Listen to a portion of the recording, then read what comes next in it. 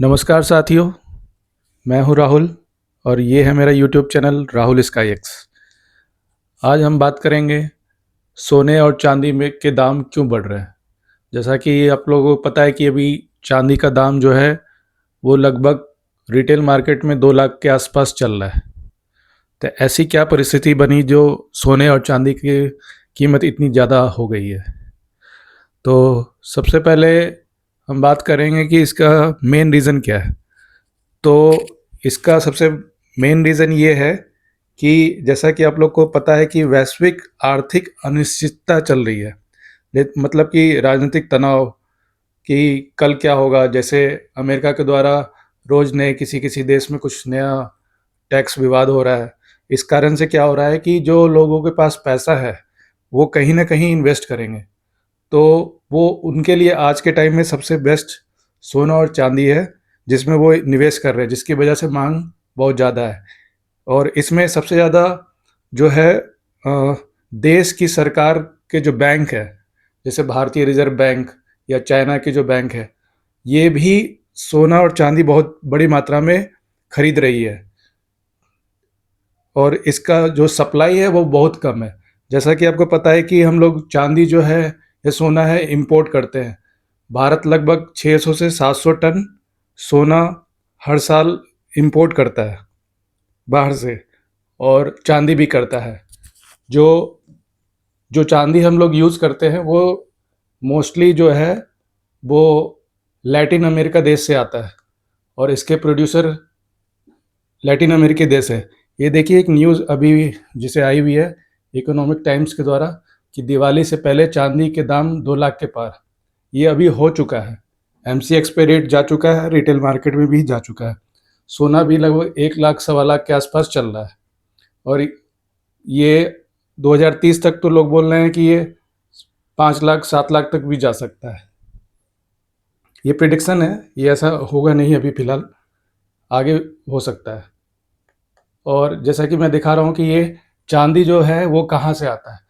तो सबसे ज़्यादा जो चांदी है वो जो नंबर 1 प्रोड्यूसर है वो है लैटिन अमेरिका देश में एक कंट्री है जिसका नाम है ये जो ये है चिली। चिली है, चाइना है, और यूएस भी है। ये सारे देश जो हैं मोस्टली इंपोर्ट करते हैं, सॉरी प्रोड्यूस करते हैं। तो यहाँ से सप्लाई आती है। इंडिया में जो सबसे ज़्यादा चांदी मैन्युफैक्चरर कंपनी है वो हिंदुस्तान जिंक है, जो इंडिया के लिए बनाती है, लेकिन हम लोग बहुत कम ही मात्रा में बना पाते हैं। मोस्टली हम लोग बाहर से ही इंपोर्ट करते हैं। मैक्सिको नंबर 1 कंट्री है जो लगभग 202 मिलियन टन चांदी प्रोड्यूस करती है। नंबर 1 कंट्री है। सेकंड पे चाइना है।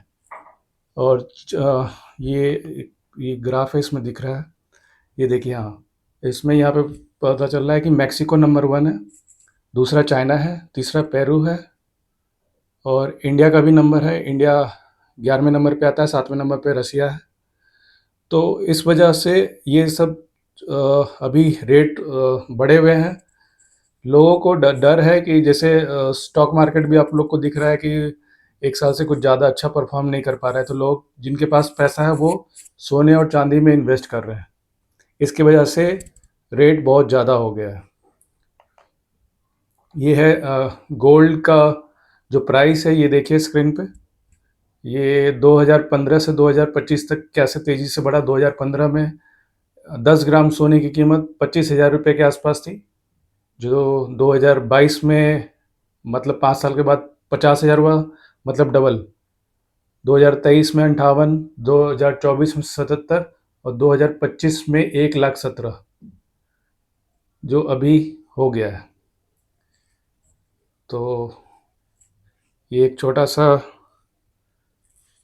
अपडेट था सोने चांदी के भाव पे। फ़िलहाल अभी रेट यही रहेंगे जब तक कि यूएस अमेरिका से अनिश्चितता कम ना हो जाए, क्योंकि उनका डॉलर भी काफ़ी कमज़ोर हो रहा है।